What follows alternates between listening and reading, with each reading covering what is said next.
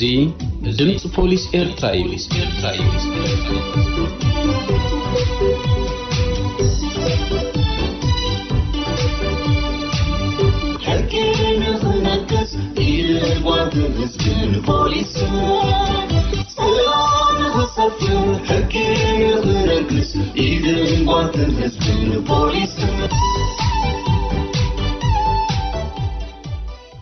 ድምጽ ፖሊስ ኤርትራ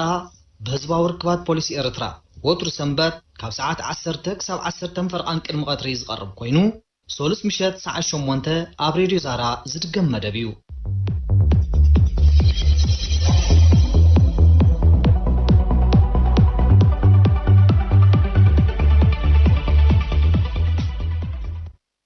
بريديون ساتلايتن مدباتنا مكتال تركبو كبرى سماعة دمس بوليس إيرترا كم يكنيهم سمونا ونقرب مدباتنا جزي أخيلو إنه نفيلم علينا كسافة أم مدبنا مسانا تحبرو بخبرنا عدمكو زينا بوليس كان قدم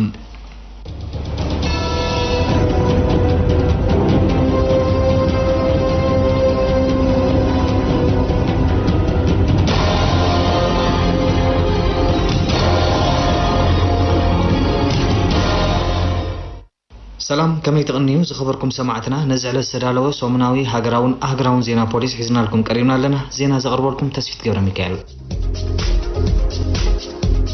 15 شحنة أفا نابوليس تركبون حدا أبو أمن قد وديقود أنهم 15 شحن كل تميثن نافا نبرع مدبر بوليس سوا ماكل كم زركبو كابت مدبر بوليس بس عنا حبري تارديوم زوم 8 عمد زعد ميوم أتو تادسة قبر مسكال مندر استبالو تقمات عداق حموس أسمرا بعصر سلسة طريق تشحن عسران كلتن كرم غاتري بيت كريستيان ندا سلاسية عرفيدوم نابقوز ناتمرسو خلو نتزرخبوت أمار جنزبال علوم بونبو نابوليس كم زركبو تحبري توسيقو قليتهم حلاف مكل خال قبن ربعي مدبر بوليس رمضان عمر آدم عركابي جنزب زفت أمو سناي تكبار بممسكان نتوم زيناتهم زت أمتو سبات صبو مرأيا يكبل قليتهم عركاب بقديوم اترهيتون دخيمون زمتو سب كتفو خلو زلو شغلوت قليل كم زيكونه بمتكاس نابوليس كركبو موقعم عقابت كم استسمع من وانو كركبو زلوهم حررتا لعل مخانون تغيسهم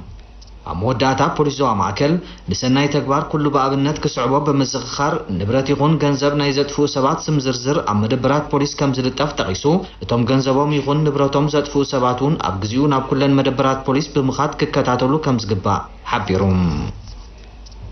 أمتلال توافيروم تصنحو طرطرات تقيدهم أبانك أخول حساب زي بلوم كنسوم كم زلوهم بممثال بمتلال تشك قرصو تصنحو طرطرات أبتحت قيد خمساتو كاب قدماي مدبر بوليس اسمرا زرخبناي حبري تارديوم زوم أمتلال توافيروم تصنحو طرطرات قداماي مدهاني قبر نقوس قبر تنساي أدراشا قزبان داتليان كالاي ساميل تولد مدهن تمنو أدراشا 4 اسمرا سالساي كبري محمد سعيد طاهر أدراشا أخريا كوينوم أببينو أوان نستفلاليو سباتن تكالاتن كاب 28 شح كساب 238 شح نافا بمتلال تشك كم زغورتو زملكتت مدبر بوليس نطرطرات بمقيات قدام أم مصراي كم زركب حابيرو عم دمدمتا قداماي مدبر بوليس أبانك أخول حساب كم زي بالكان نافلتكا بمدب زقبر متلال كاب غزي ناب غزي بقطرنا عبيز متزلو أسكاف تريو كم زخونه بمقلات حزبي أبد تقاقماتشك زلو نقحات كبرق كم زقبا التحساسيبهم قونت أو عمد فتسمه تقيدهم ኣብ ልዕሊ ትሕቲ ዕድመ ጓል ኣንስተይቲ ጎነፃዊ ምግሳስ ዝፈፀመ ብምትሕባር ህዝብን ምክትታል ፖሊስን ከም ዝተተሓዘ መደበር ፖሊስ ንኡዞባ ዓዲ ተከሌዛን ሓቢሩ حلاف مرمرا قبنت مدبر بوليس ميكائيل أرعايا بزعبازي نلوخ دمس بوليس أبزهابو حبريتا طرطور بعصر شمونتا تقمت 2010 شمونتا مشت أب كبابي دقدق نؤزوبا عد تكاليزان نتاقوال 15 عامت أب صلمات كتنقاساقس مسرقبا بقونز كم استقاسسان نأساس 3 عامتات تسويرو تحر مصنحخا بربعة طرق 2020 كتحاس كم سخالنا رديوم قداي بتزوردا سعبين أكلاون أمراون مهاسيتي كم زبطحن أبغزيو قبو حكمنا ورديت كم استقبرلان استقاسة حلاف مرمرا قبن كسوس نعمتات تسويرو تانيحو متحازو كاب عين هزبن بوليسن قبن فتسيمون حوارو زملت كم زي اللزرديو خبر القليصهم أموداتا دك أنسيو كاب حق السنن فلتنن مسيلهم تقوارات عمزن سرقن زفتهم سبات كتنقاغا أبوان زي بلو ساعتات أبزن كسا أسولخات تقورات كخانان عمز ويفتن عمز أبزرقات من قزيد ما بزقل تفا أب كبابين نزركب مدبر بوليس كحبران مدبر بوليس عتك ليزان أزخاخرهم بزخبركم سماعتنا زينا وشت أهاجرهم كتكاتاتلو تسانيحهم دحر زحات أرمس سكاجري أهاجراو زينا نيان مربب مسجقار عز أفارس يبتاتسوم ፖሊስ እስጳኛ ኣብታ ሃገርን ጎደባኣ ዝኾነት ሞሮኮን ንሓሽሽ ምስ ማስሺ ወይ ኣልኮል ብምሕዋስ ዝዳሎ ኣብ ሞሮኮ ብካርኩቢ ዝፍለጥ ዓይነት ድራግ ክምስርሕን ከሰጋገርን ዝጸንሐ መርበብ ዕጸፋርስ ክበጣጥሱ ምኻሎም ሰብ መዚ እታ ሃገር ሓቢሮም እቶም ሰብ መዚ ኣብ ዝሃብዎ ጋዜጣዊ መግለጺ በቲ ነዚ መርበብ ንምብጥጣስ ዝተኻየደ ወፍሪ ንመራሕዮም ደሚርካ ኣብ ክልቲአን ሃገራት ዝነበሩ 8 ኣባላት ናይቲ ገበናዊ ጉጅለ ክቕየዱ ከለዉ 500,000 ከኒናታት ድራጉን ኣብ ኢድ ፖሊስ ኣትዮም ኣለዉ ከም ሓበሬታቶም ሰብ መዚ ዓም ሰነ ኣብ እስጳኛ ከተማ ልለይዳ ኣብ ሓንቲ ፖሊስ ብጥርጠራ ዝፈተሽዋ ናይ ሞሮኮ ናይ ክራይ መኪና 4477 ግራም ኮካይንን ልዕሊ 360,000 ከኒናታት ኣደንዛዚ ድራግን ክረኽቡ ድሕሪ ምኻሎሚ ትወፍሪ ተጀሚሩን ኣብ 4 መድረኻት ተኻይዱን ብኡ መሰረት ፖሊስ ኣብቲ ቀዳማይ ገጽ ናይቲ ስርሒት 80,000 ኣብቲ ካልኣይ 70,000 ኣብቲ ሳልሳይ 62,000 ከኒናታት ድራግ ክህግሩ ከለዉ ኣብቲ ራብዓይን ናይ መጨረሻን መድረኽዮም ንመራሕቲ መርበብን ብጾትን ምስ ብዝሒ ዘለዎም ከኒናታትን 27,000 ዩሮን ኣብ ትሕቲ ቁፅጽር ከውዕሉ ክኢሎም ሞሮኮ ናይ ዓለምና ዝዓበየት ኣፍራይት ናይቲ ካናቢስ ዝጽዋዕ ዕንዲዳ ዕጸፋርስ ኮይና ኣብ ዝሓለፉ 4 ዓመታት ብፖሊስ ካብ ዝተተሓዘ ሓሽሽ እቲ 20 ሚታዊት ናታ ከም ዝኾነ እዩ ዝንገር ንሰለስተ ሰባት ብኻራ ዘጥቃዕ ተማሃራይ ተቐይዱ ኣብ ጃፓን ኣብ ዝርከብ ሓደ ዩኒቨርሲቲ ተማሃራይ ምዃኑ ዝተገልጸ ወዲ 17 ዓመት ኮተቴ ፈተና ክወሃብ ኣብ ዝቀራረበሉ ዝነበረ እዋን ሃንደበት ኣብ ልዕሊ 3 ሰባት ብኻራ መጥቃዕቲ ድሕሪ ምፍጻሙ ብኡ ንብኡ ብፖሊስ ከም ዝተቐየደ ማዕከን ዜና ኣጃንስ ፍራንስ ፕረስ ሓቢሩ ሰብ መዚ ፖሊስ ተሃገር ብመሰረት ዝሃብዎ ሓበሬታ እቲ መንእሰይ ኣብቲ ብሃገር ደረጃ ኣብ ኩለን ላዕለዎት ኣብያተ ትምህርቲ ፈተና ዝወሃበሉ ዝነበረ ህሞት ምርመራ ንኽሳተፍ ምምፅኡን እንተኾነ ኣብቲ ፈተና ምውዳቑ ዘይተርፎ ምዃኑ ብምሕሳብ ነቲ ገበን ከም ዝፈጸሙ ገሊፆም ማዕከን ዜና ኣጃንስ ፍራንስ ፕረስ ብተወሳኺ ግዳያት ወዲ 18 ጓል 17 ዓመት መንእሰያትን ወዲ 72 ዓመት ኣቦን ምዃኖም ብምጥቃስ እቶም ሽማግለ ከቢድ ኣካላዊ ሃስያ ወሪድዎም ምህላው ሓቢሩ ኣብ ጃፓን ከምዚ ዓይነት ገበናት ሓሓሊፉ ዝረአ ተርእዮ ምዃኑ ዝገልጹ ጸብጻባት ቅድሚ ቁርብ እዋን እውን ሓደ መንእሰይ ኣብ ውሽጢ ሓንቲ ናይ መጓዓዝያ ባቡር ተመሳሳሊ መጥቃዕቲ ብምፍጻም ኣብ ልዕሊ ብርክት ዝበሉ ተሳፈርቲ ኣካላዊ ሃስያ ኣውሪዱ ከም ዝነበረ ይዝከር ናይ መወዳእታ ዜና ፖሊስ ኣብ ደቡብ ኣፍሪቃ ዝተፈላለየ ነተውክቲ ሒዞም ዝጸንሑ 3 ጥሩጥራት ይቕየዱ ኣብ ደቡብ ኣፍሪቃ ከተማ ሊምፖፖ ኣብ ሓደ ቢንቶ ዝተፈላለየ ነተውክቲ ሓቢዮም ዝጸንሑ ጥሩጥራት ብዝተኻየደሎም ምክትታል ኣብ ትሕቲ ቀይዲ ከኣትዉ ከም ዝኽኣሉ ሓደ ካብ ሓለፍቲ ፖሊስታት ከተማ ብርጋዴር ሞትላፌላ ሞጃፖሎ ሓቢሩ እዞም ሓንቲ ሰበይቲ ትርከቦም ካብ 31 ክሳብ 33 ዓመት ዝዕድሚዮም 3 ጥሩጥራት ነቲ ነተውክቲ ኣብ ክልተ ዓበይቲ ቦርሳታት ብምሕባእ ካብ ዚምባብዌ ናብ ደቡብ ኣፍሪቃ ከእትውዎም ምድለዋቶም ኣጻፊፎም ኣብ ዝነበሩሉ ህሞት እዮም ኣብ ሓለዋ ተዋፊሮም ብዝነበሩ ወታደራት ደቡብ ኣፍሪቃ ክተሓዙ ኽኢሎም እቲ ብርጋዴር ወሲኹ ከም ዝሓበሮ ኣብ ልዕልቶም ጥሩጥራት ኣፈናዊ ምርመራ ኣብ ዝተኻየደሉ እዋን እቲ ሒዞሞ ዝጸንሑ ዝተፈላለዩ ነተውክቲ ኣብ ዝተወሰነ ከተማታት ደቡብ ኣፍሪቃ መጥቃዕቲ ክፍጽሙሉ ሓሲቦም ምንባሮም ከም ዝተኣመኑን ምርመራ ድማ ይቕጽል ምህላውን ኣፍሊጡ ኮሚሽነር ፖሊስታት ከተማ ሌተናል ጀነራል ተንቢ ሃደበ ነቶም መጥቃዕቲ ክፍጽሙ ሓቂኖም ዝነበሩ ጥሩጥራት ብዝቐልጠፈ ኣብ ትሕቲ ቀይዲ ዘእተዉ ኣባላት ሓለዋ ብምምጓስ ምክታሎም ከም ወትሩ ክሕይሉ ኣዘኻኺሮም ዝኸበርኩም ሰማዕትና ነዝዕለ ዝተዳለወ ሰሙናዊ ሃገራውን ዜና ፖሊስ በዚ ተፈጺሙሎም ዝተረፉ መደባትና ንሓድገኩም ብወገናይ ሰላም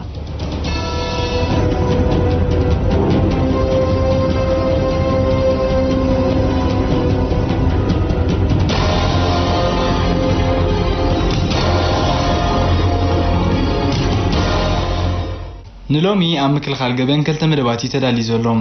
بمجمرتا بزعبا سعبينات الكولاو مستن مفتحيتاتهم بزملكت اتنكون اتامامانن فتح بزبلار استسرالو عنقت يقرب الدالاوي تمسكنتكو ابيل ابراهام كوربيو نكاتاتل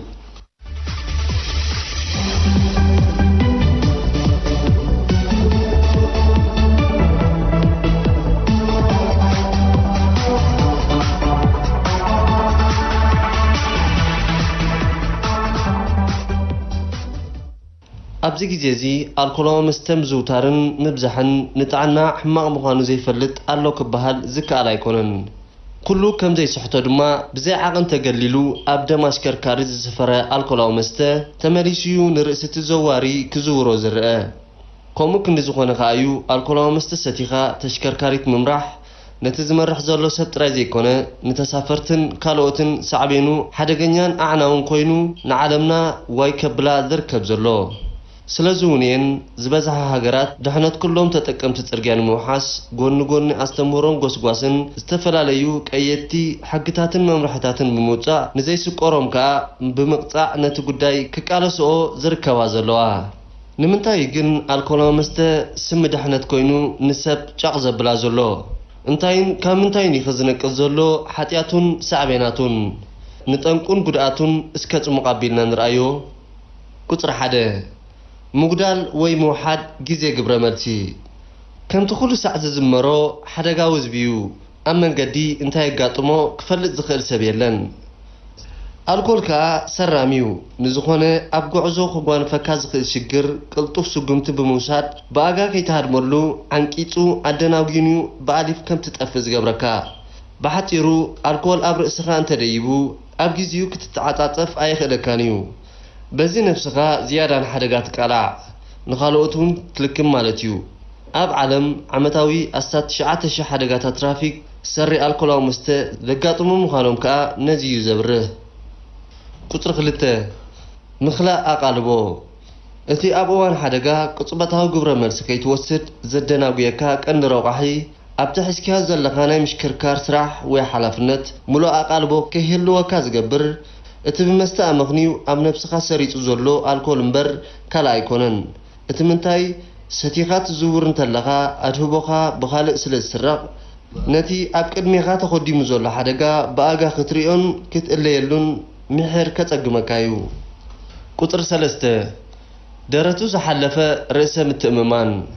الكولاو مستا مبزاح درتو زحلفه رئيس متأممان كم زحدركا بمقبارون ابزي حسب كايو تاتا يزتوكا الكل اب نفسك اتيو كسر حالك متجمره كله اتخيل كوين يسمعك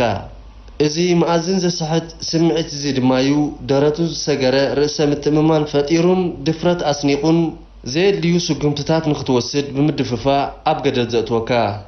كم اتقاچون غيرو عددا موتن سنكلنان زغبر كاب كمز زامسله احزان كونتات نمدحان بار انت ستي خلوخا مكيناخا صقياخا بእግርኻ ወይ بتاكسي نبيتكا بدحان سلام كتاتوايو زحايشن زمكرن قطر 4 جنزابه حدقا ابدمكا زولو الكول ولا ام نفس وكف 100 مليلتر 50 ملغرام طرايخون ازي بعقمو نتي بزعبا كغاطمو خازقولو حدقا كهلو كان زغبو جنزابه بقالوتا يصلو انت دا بمستت السنيف كاللخا غوف نزبلكا حدقنيا كونتات بشعا كتلليو ايتخلنيخا مسرا اخايون نفسخا تقطاطر سلازي تخل مستوعد زرحقو ناي تهواخ سقمت بموساد مالت كاوك تهدم كتبل زغرده شجريخا اتقدم قطر 5 كابت بيت وصاين زخونو مصباي كزور كلخا بزعبا نفسخا تراي ايكون كان كتحسب زلكا الكل لخيف كان تليخا تتنقيقا كندي تتنقق فلوتيو نسخا تتنقيقا لخو انت بالكاون كما خازي تتنققو مهلاوم كتو ايترسا مستيون عالم استقاطرواز مسلم مليوم يوم كم دياتهم زعمسولو سبات بفلاي ابليتي هندبت بمطوا يخون كالئ زي قبو منقسقاسات بمغبار اب حدقا خطوخا سلازخولو تتنقق كابت تبيت وصاي زخونو نغرات كغبرو وي كغاطمو زخولو مخانوم اب ግምት አቲኻ አሽከርክር ንምድምዳ منبار الكولا مستسديخا مكينا ممراح سعبينو عنوت نبرت موتن مقصلتنيو عقمي فليتي كوي ستي مبالون كون عيكونن الكل وسخ مبر اقارص ايبلكانيو بحطيرو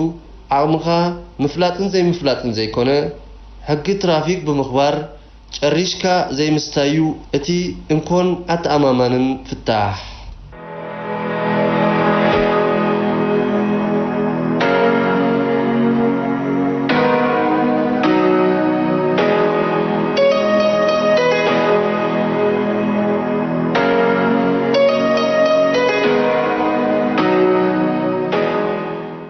امباركس كبرى سمعتنا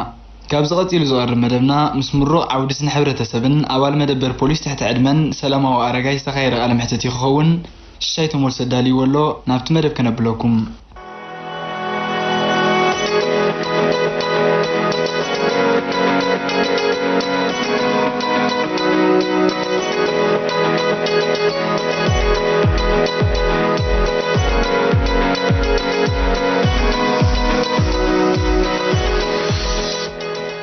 ማሕበራዊ ናብሮ ደቂ ሰባት ይዕበዩ ንኣሱ ጸገማት ከጋጥሙ ይረኣዮም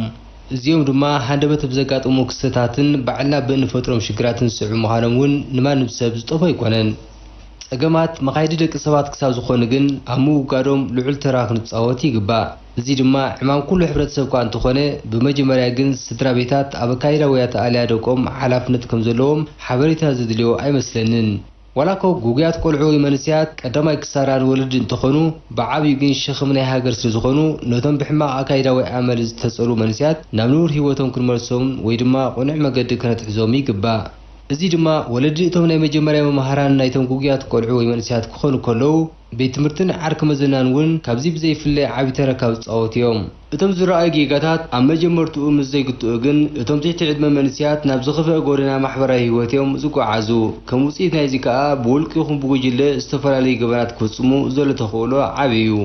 እዚ ንሎሚ ከም መዛረቢ ቀሪብና ዘለና መደብ እምበኣር ንጉግያት ቆልዑን ኣተሓሕዝኦም ዝምልከት ኮይኑ ኣብዚ ጉዳይ እዚ ሓፂር መፅናዕታዊ ፅሑፍ ምስ ዘቕረበን ምሩቕ ዓውዲ ስነ ሕብረተሰብን ዝኾነን ኣባል መደበር ፖሊስ ትሕቲ ዕድመ ዞባ ማእከል ሰለማዊ ኣረጋይ መብርሂ ንኽበና ዓዲምና ኣለና ንምሉእ ትሕዝትኡ ተኸታተሉ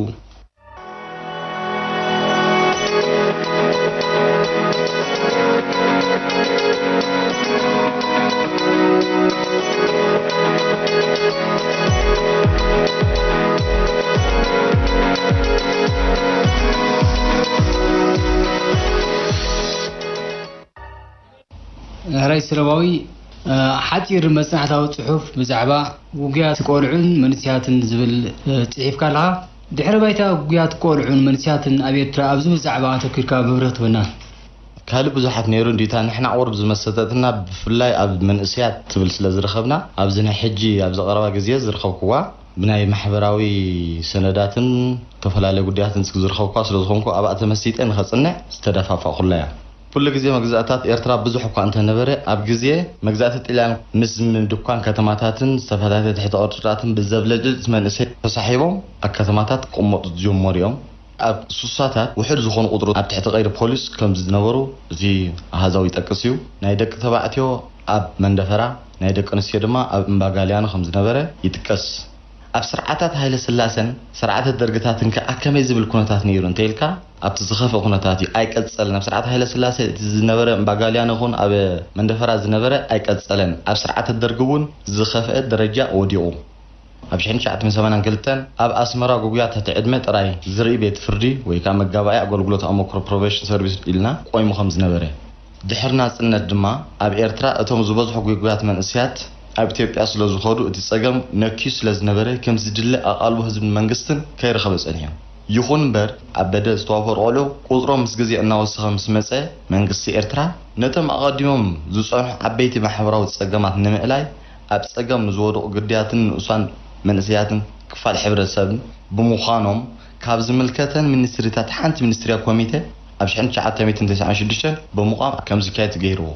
ነዛ ዝቆመላ ኣብ 1996 ዕላማ እንታይ እዩ ነይሩ ኢልና ክንዛረብ እንድሕር ተኾይና መፅናዕቲ ብስራሓትን መጠን ጉግያት ንእሳት መንእስያትን ኣብ ከተማታት ኤርትራ ንምፍላጥ ብዛዕባኦም ክግበር ዘለዎ ናይ ምክልኻልን ምእራም ስርዓት ከመይ ከምኡውን ፖሊስ ንምምዕባል ነይሩ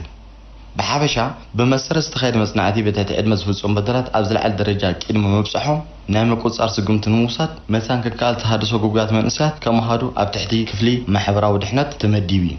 እዛ ንሕና ዘለና መደበር ፖሊስ ትሕቲ ዕድመ ብደረጃ ሃገር ተኣላይነት ትሕቲ ፖሊስ ኣብ ኮማሰራት ሓማስየን ማእኸል ከተማ ከም ማዕረሚ ማእከል ቦታ ኣብ መጋቢት 1998 ተመስሪቱ ቀንዲ ዕላማ እዚ መደበር ኣብ ምንታይ ዘተኮረ እዩ እዚ መደበር እዚ ምስቲ ምንኣሱ ምስቲ ካልእ ነቶም ትሕቲ ዕድመ ዝብቑዑ እኳ እንተዘይኮነ ካብ ዘለዎ ብስነ ምግባር ናይ ባህርያት ለውጢ ቀሲሞም ሞዴል ኮይኖም ንምውፃእ መሰላት ቆልዑ ንኽኽበር መሰረታዊ ድሌታቶም ተማልዩ ብኣካል ይኹን ብማሕበራዊ ይኹን ኣእምራዊ ይኹን ተሃኒፆም ክወፁ ምፅዓት ኣካላዊ ፆታዊ ምዝመዛ ዓመፅ ንኸይወርዶ ምስ ዝተፈላለየ እናተዛራተ ዝኸይድ መደበር እዩ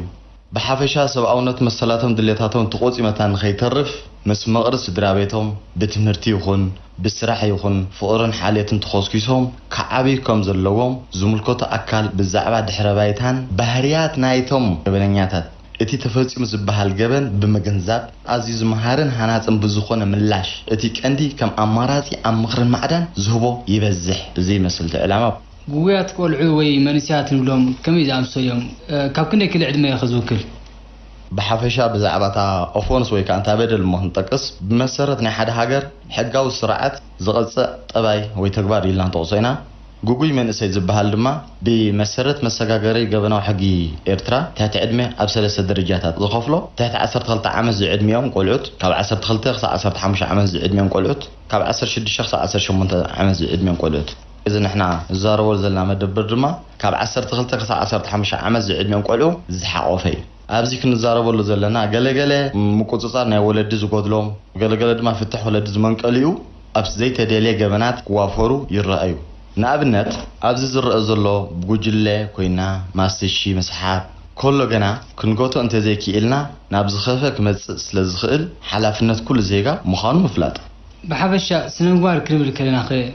ስነ ምግባር ኣዝዩ ቃላይ ወይ ባሕሪ ኢልና ክንገልፆ ንኽእል ኢና ስነ ምግባር ካብ ሓደ ሃገር ናብ ሓደ ሃገር ካብ ዓዲ ናብ ሓደ ዓዲ ይፈላለዩ እታ ንሕና ንደልያ ዘለና ግን ንሕና ባህልናን ስነ ስርዓትናን ስነ ምግባር ናይ ኤርትራ ክንዛረብ እንድሕር ተኮይና ብሓፈሻ ስነ ምግባር ንሓደ ወዲ ሰብ ናይ ባህርያዊ ሕጊ ኮይኑ ዘዋሶ ኣብ ሕብረተሰብ ክንብሎ ንኽእል ኢና ሓደ ካብቲ ቀንዲ ዕኑድ ሕብረተሰብ ዝኾነ ስነ ምግባር ኣብ ህላዊ ሓደ ሕብረተሰብ ሓደ ካብ መሰረታዊ ረቋሒ ክንብሎ ንኽእል ኢና ናይ ሓደ ሕብረተሰብ ባህሊ መነባብሮ ዝተፈላለዩ ኩነታት ዝገልጽ ዕሙቕ ዝበለ ትርጉም ዝሓዘ ኢልና ክንገልጾ ንኽእል ኢና ብሓፈሻ ግን ስነ ምግባር ንኹሉ ኣካል ሕብረተሰብ ብማዕረ ዝጥርንፍ ኣገዳሲ ባእታ ኮይኑ ኣብ ሕብረተሰብ ዘለዎ ተራ ኣዝዩ ልዑል ኮይኑ መሳርሒ ልምዓት እዩ ክበሃል ይከኣል እዩ ትሕቲ ዕድመ ቆልዑ ወይ መንእስያት ብምንታይ ዝተኮስኮሱ ክኾኑ ኣለዎም ብሓፈሻ ትሕቲ ዕድመ ቆልዑት ይኹኑ መንእስያት ብስነ ምግባር ዝተኮስኮሱ ክኾኑ ኣለዎም ወይ ክዓብዩ ኣለዎም ከም ኣብነት ክንጠቅስ እንድሕር ተኮይና ንሓደ ቆልዓ ኣብ ግዜ ህፃንነቱ ካቲናትካ ባህልን ልምድን ክትምሮ ናብቲ ቀንዲ ወይ ቁኑዕ ዝኾነ መንገዲ ከተማእዝኖ እንቲ ዝበለፀ ወይ ካን ወሳኒ ግዜ እዩ ደቅና ኣብ ንኡስ ዕድሚኦም በቲ ዘሎ ናይ ሕብረተሰብና ባህልን ክብርታትን ተጓዒዞም ክዓብዩ ይኽእሎም እቲ ዝዓበየ ውፅኢት ካብዚ እንታይ ፅበ ኣኽበርቲ ገዛእ ርእሶምን ወለዶምን ሕብረተሰቡን ሃገሮምን ይኾኑ ብሕግን ስነ ስርዓትን ዝዓበየ ቆልዓ ካብቲ ፍጩ ናይቲ ሕብረተሰብ ኣይኣቱን እዩ ብሕግን ስነ ስርዓትን ካብ ስነ ምግባር ወፃኢ ዝኾነ ግን ፍጩ ናይ ሕብረተሰብ ኮይኑ ተነፂሉ ይነብር ስለዚ ደቅና ይኹን ኳትና ይኹን ብስነ ምግባር ባህሊ ናይቲ ከባቢና ናይቲ ህዝቢ ኤርትራን ባህልን ከዓቢ ዘለዎ ስለ ዝኾነ ብዝበለፀ ስነ ስርዓት ዝዓበየ ቆልዓ መንገዲ የማን በር መንገዲ ፀጋም ኣይሕዝኒ ከምዚ ክብል ከለኹ ግን ሰለስተ ዓይነት ወለዶ ኣለውና ዘረባ ይኹን ግብረ መልሲ ዘይነፍቅድ ወለዶ ኣለና ዲክታተር ንብሎ ማለት እዩ ጉቡእ ኣተዓባብያን ቁፅፅርን ውሉዱ ዘይብሉ ወይ ዘይብላ ጉቡእ ኣተዓባብያ ቁፅፅርን ውላዱ ዝገብር ከም ውፅኢት ናዚ ኩሉ ርኢና ኣብ ዓለምና እታ እንዳማዕበለ ተኸደሉ ዘላ ኤርትራ እውን ኣካል ናቱ ካብ ኮነት ነፍሲ ወከፍ ስድራ ቤት ክግንዘቦ ተገንዚቡ ድማ ኣስተውዕሉን ክገብሮን ዘለዎ ውላድና ከም ዓርክና መሓዛና ናይ እሂም ምባሃል መንፈስ ምሕያል ኣብ ዝኾኑ ኩነታት ብዘይተነፅሎ ምጓዓዝ እዚኣን ዝንገብር ስነ ምግባር ዝቐሰበ ቆልዓ ሃናፂና እምበር ኣዕናዊና ክኸውን ስለ ዘይክእል ኩላትና ነዚኣ ሒዝና ምኻድ ይብል ኣብ ልዕልቶም ዝእሰሩ ትሕቲ ዕድመ ቆልዑ በቲ መደበር እንታይ ዓይነት ሓገዛት ተካይድሎም ቀዳምነት ከምቲ ኣደ ትህቦ እኳ ተዘይበልና የዋሃትናን ኣቐዲምናና ንቐርብ እቲ ዘለዎም ጌጋታት ዝፈጸሙ በደላት በየናይ መንገዲ ተኣሪሞም ከዱ ስነ ምግባር ትምህሮም መባእታዊ ትምህርቲ ዘይጸንሑ መባእታዊ ትምህርቲ ከም ዝቐስሙ ዝገብር እቲ ዝኸድዎ ዝነበሩ መንገዲ ፀጋም መዕናዊ ምዃኑ ፈሊጦም ናብ መንገዲ የማን ዝእረምሉ ተግባራት እናምሃርካ ናብቲ ምፅባሕ ክእረም ዝኽእል ኢልና ንሓስቦ ኩሉ ዝግበር ሓልዮት ክንክንክንን ይግበረሎም ኮታስ ኩሉ ሓልዮት ናይቲ ስድራ ዝግበረላ ኣለቡ ስለዚ ኣብዚ ንሕና ንገብሮ መደበርና ካብታ ዝደቐቐት ክሳብ ትዝዓበየ እቲ ቁኑዕ ወላዲ ክገብሮ ዝግብኦ መደበርናኻ ከምኡ ገርና ኢና ቆልዑትና ኣለ ዘለና ማለት እዩ እቶም መብዛሕትኦም ብትሕቲ ዕድመ ዝፍፀሙ ገበናት ከመይ ዝኣምሰሉ እዮም ብፅሑፍ ብዙሕ ኢና ጠቂስና ዘለና በታ ናይ መደበርና ግን ስርቂ ኣለና ብስርቂ ዝፍፅሙ እዮም ማስተሺ ሰትዮም በደላት ማለት እዩ ፈተና ዓመፅ ኣሎ ኣካል ምጉዳል ኣሎ ቅትለት ብሸለልትነት እውን ኣይሰኣነን እዩ ብዛዕባ ምሽታት ማስተሺ ክንዛረብ እንድሕር ተኮይና ብጉጅለ ዝፍፀም በዚ ተደፋፊዮም ድማ ዘይተደለየ ገበናት ይዋፈሩ ካልእ ሽጋራ ምስታይ እውን ኣሎ ብሓባር ብግሩብ ኮንካ ኣልኮላዊ መስተ እውን ኣብ ቆራዕራዕዲ ወይ ጎማታት እናገበርካ ብሓንሳብ ምስታይ ኣሎ ኮታስ ዝተፈላለዩ ኣሎ እዚ ካብዚ ተደፋፊዮም እዮም ኣብቲ ገበናት ዝኣቱ ዘለዉ ኣብ መወዳእታ ከተመሓልፎ ትደሊ ኣለዋ እንታይ ኣሎ መጀመርታ ወለዲ ዝምባለን ድሌታት ደቅና ብዝግባእ ኣለሊና ክንፈልዮምን ይግበአና በትምህርቲ ዝግባእ ይከታተል ኣሎ የለን ምስ መን ይኸይድ ምፍላጥ እምበርከስ ንፉዕ መዘናኻ ናብ ጽቡቕ አንፈት መርሐካ እንከሎ ገለ ሕማቕ መዘናግና ናብ ዝበኣሰ ነገራት ክወስደካ ስለዝኽእል ዝግባእ ምፍላጥ የድልዩ ኣብ ነፍሲ ወከፍ ሕብረተሰብና ንጽጉማት ወገናትና ወይ ደቅና ብፍላይ ድማ ትንተት ዕድመ ቆልዑ ብዝግባእ ከም ደቅና ወሲና ሓገዛት ከነበርክተሎም ይግባእ ካልእ ሃገራዊ ማእከል ተሃድሶ ጉጉያት መንእስያት ምህናጽ የድሊ ምኽንያቱም ተት ዕድመ ቆልዑ ዝእሰርሉ ካብ ዓበይቲ ብምፍላይ ምስ ዕድሚኦም ዝማጣጠን ስሩዕ ትምህርቲ ሞያዊ ስልጠና ኣካላዊ ምዕባለ ታሪኽ ባህላውን ሃገራውነትን ጽቡቕ ስነ ምግባርን ዝወስሙሉ ናይ መጻኢ ህይወቶም ብጽቡቕ ተኸስኪሶም ብቑዓት ኣፍረይቲ ዜጋ ንኽኾኑ ዝሕግዝ ማእከል ተሃድሶ ስለ ዝኾነ ናይ ቆልዑ መዘናግዒታትን ምህዞታትን ማእከላት ስራሕ ምስራሕ የድሊ ወመዳታ ከም ተወሳኺ ክብሎ ዘለኒ ኩሉ ሕብረተሰብ እናቱ እጃም ኣልዒሉ ዓገብ ንኽብል እቲ ዓቕሚ ዘለዎ ንኸኣሊ እቲ ዓቕሚ ዘይብሉ ድማ ገንዘብ ደቀይ እናበለ ንፖሊስ ጥራሕ ዝግደፍ ኣይኮነን እቶም ፖሊስ ኢሎም ይርእዎም ታዕም ኮይኖም ዝብል ዘረባ እውን ይስማዕ እዚ ግን ፖሊስ ጥራሕ ዝግደፍ ኣይኮነን ናይ ኩሉ ዜጋ ሓላፍነት ዝወስድ ጉዳይ ስለ ዝኾነ ሎምን ተኣሊናዮም ጽባሕ ኣሊናውን ስለ ዝኾኑ ነፍሲ ወከፍ ሕብረተሰብ እቲ ዓቕሚ ዘለዎ ብፍላይ ጎድና ኮይኑ ትምህርቶም ድዩ ደገለዲ እናተገበረ ከኣልዮም ኣሎ እቲ ዘይክእል ድማ እቲ ሰናይ ተግባር ናይ ወለድና መንገዲ የማን ዝሕዝሉ ንዞም ደቅና እንተዝግበር ዝብል ለዋይ የመሓላልፍ ንድምፂ ፖሊስ ኤርትራ ከይመስጎም ክሓልፈ ይደልኒ ይቀኒየለይ ኣብ መወዳእታ እምበኣር ጉጉያት ቆልዑ መንእስያት ቀንዲ መበገሲ ፀገማቶም ብምልላይ ነፍሶም ንኽመርሑ ብውልቂ ወይ ብጉጅለ ሓገዛት ክንገብረሎምን መዓልታዊ ህይወቶም ኣብ ስራሕ ምእንቲ ከሕርፉ ናይ ስራሕ ዕድላት ክንፈጥረሎምን ብምስኻር ሒዝናይ ፀናሕና ትሕዝቶ ኣብዚ ንዛዝም ሰላም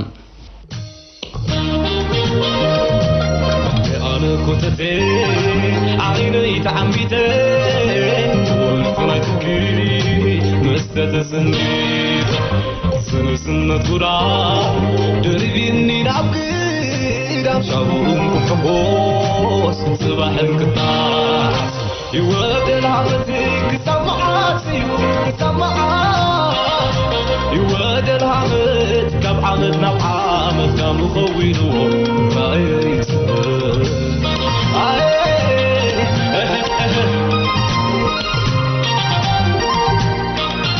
لا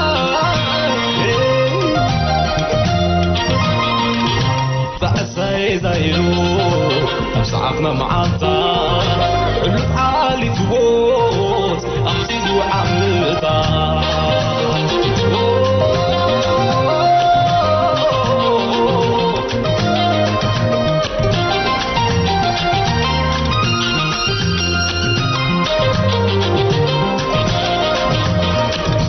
كفتي شوي تبين زايرو كوكي سكيل زايد بغران نفسي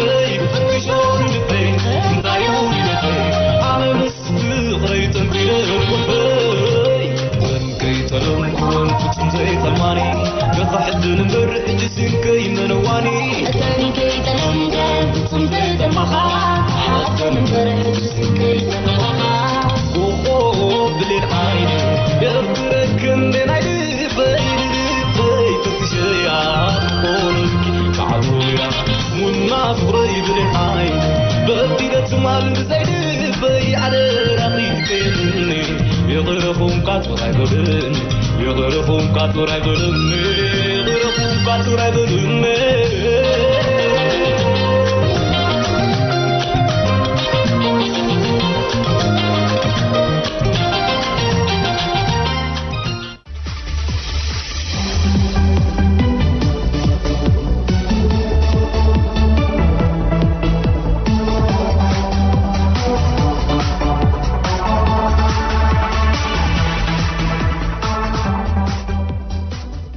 ተርፈና መደብ ግጥሚ ያህትከውን ኩብራ ሰማዕትና